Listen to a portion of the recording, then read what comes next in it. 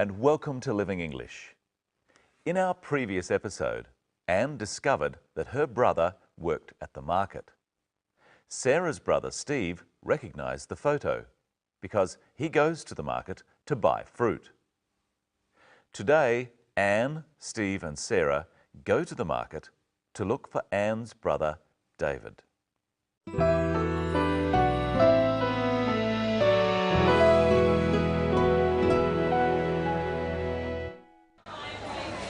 He's not here.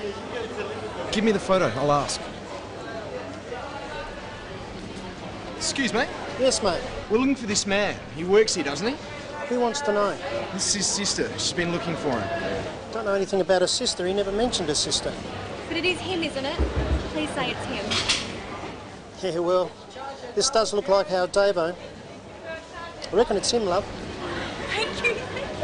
Do it? David. So where is he? Look, I don't know, mate. He rang yesterday and he said he wanted a couple of days off. I said OK. He's usually pretty good. Do you know where he lives? Hang on, love. I'll just get me book. We'll go there straight away.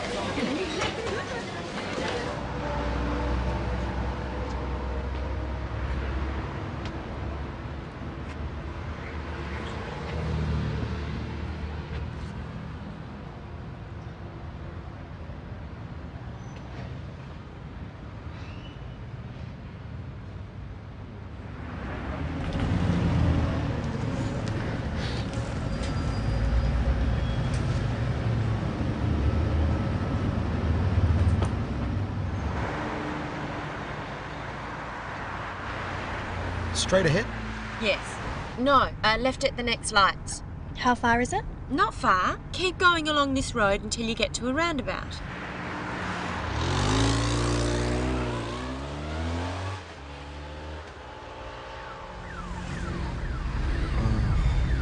What's that? It's the cops. It's starting to get very exciting. Keep watching to see what happens. We just saw Sarah giving directions. Let's have another look. Straight ahead? Yes. No, left at the next lights. How far is it? Not far. Keep going along this road until you get to a roundabout. First, Steve asks if he should go straight ahead. He means, should he continue driving in the same direction without turning? Try asking straight ahead with him.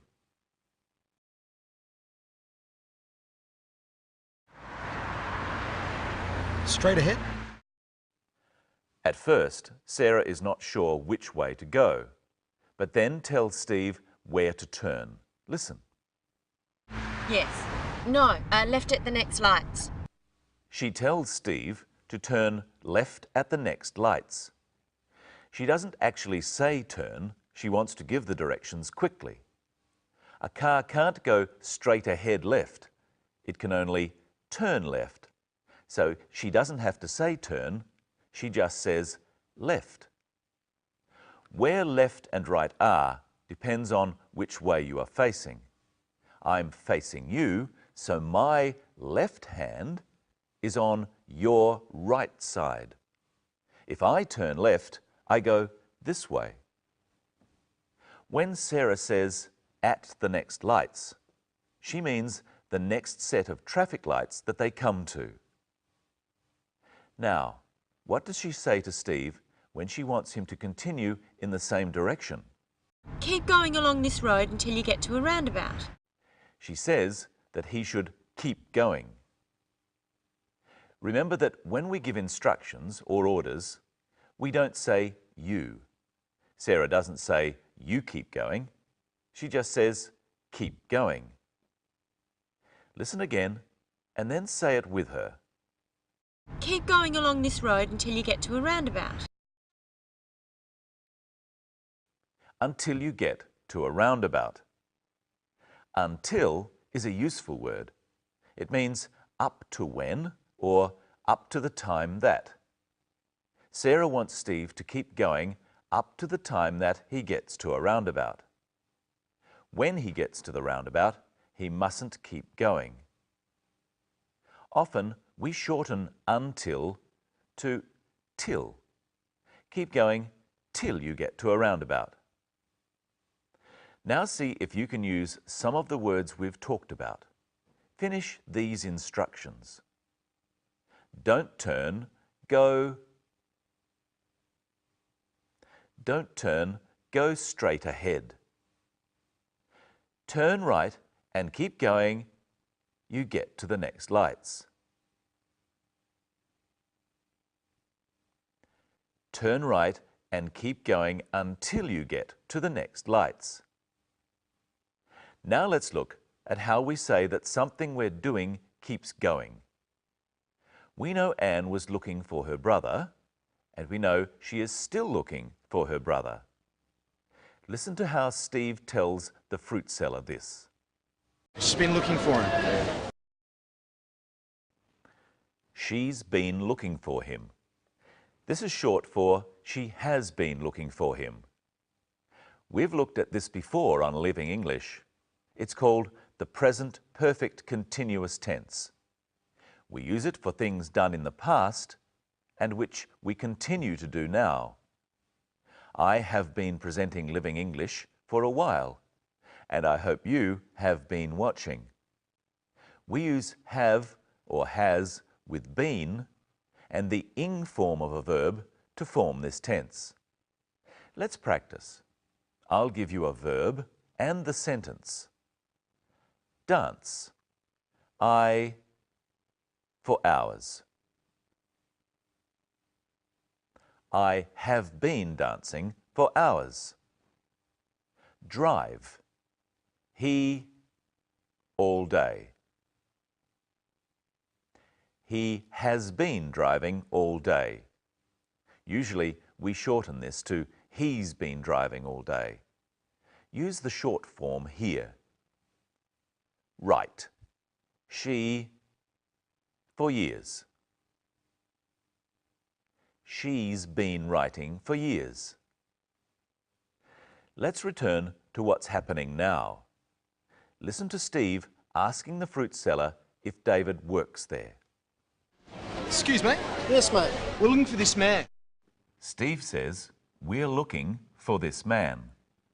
That's what they are doing at that moment. But we don't need to look for this woman because she's already here. Hello, Michelle. Hello, Brenton. Hello, everyone. What have you got for us today, Michelle? A compass and a street directory. We're going to talk about directions. What are the 4 main directions? North, south, east and west. I'm going to show you this compass, and you tell me where those directions are. Okay. North is on the top. East is on the right. West is on the left. And south is on the bottom. We use the same directions on a map when it is facing you. Tell me, what direction is the top of the page? North. What direction is the bottom of the page? South. What direction is the right of the page? East. And the left? West. Here's the market. Let's say you wanted to go up to the railway station. Which direction do you travel? You travel north. Now, Brenton, you give me some directions and I'll move the pointer. I'll start at the market and you tell me how to get to the theatre. Go left until you get to the main intersection. That's the intersection. An intersection is a crossroads. It's where roads cross each other. What now? Turn right and keep going until you reach the square. Okay, there's the square. It's a small park with roads all around it. Turn right and then turn left at the third set of lights. The red dots are traffic lights. 1, 2, 3, left. Go straight ahead until you come to the theatre on your left. Got it. Are you sure that was the best way? Probably not. But what I want to know is, how did Steve get Anne's brother's address so he could give directions? Let's have a look. Do you know where he lives? Hang on, love. I'll just get me book. The man at the stall has got a book with the address in it. What does he mean when he says, hang on? He means, wait a little while. It's an Australian slang expression. I want to finish today with another one of those perfect tenses. You would. We talked about the present perfect continuous earlier. You know, I have been talking, that tense. Yes. There's another tense that we use for things that are not continuous actions, but which started in the past and are still true now. For instance, I can say, I've lost my keys. I mean that it doesn't really matter when I lost them, but they're still lost. Now, what do you say if you just burnt your hand cooking? I've burnt my hand. You say that because you're still burnt. You're talking about the present. This is the present perfect tense. It's when we say have or has with a past participle. I'll tell you some past participles and you can complete the sentence. Found. My keys. I have found my keys. If I just say, I found my keys, I'm talking about the past. Saying, I have found my keys means it's something that's just happened. It's just like saying, I've done it, instead of I did it. Yes. Let's do some more. Here's the past participle. Eaten. I, all the bread. I have eaten all the bread. Seen. That film. I have seen that film. And now it's time for us to show today's episode again. We'll be back with the next program, when we'll look at giving warnings and the present continuous tense. Bye. Bye. He's not here. Give me the photo, I'll ask. Excuse me, Yes, mate. we're looking for this man. He works here, doesn't he? Who wants to know? This is his sister. She's been looking for him. Don't know anything about her sister. He never mentioned her sister. But it is him, isn't it? Please say it's him. Yeah, well, this does look like our Davo. I reckon it's him, love. Thank you. Do it? David. So where is he? Look, I don't know, mate. He rang yesterday and he said he wanted a couple of days off. I said okay. He's usually pretty good. Do you know where he lives? Hang on, love. I'll just get me book. We'll go there straight away.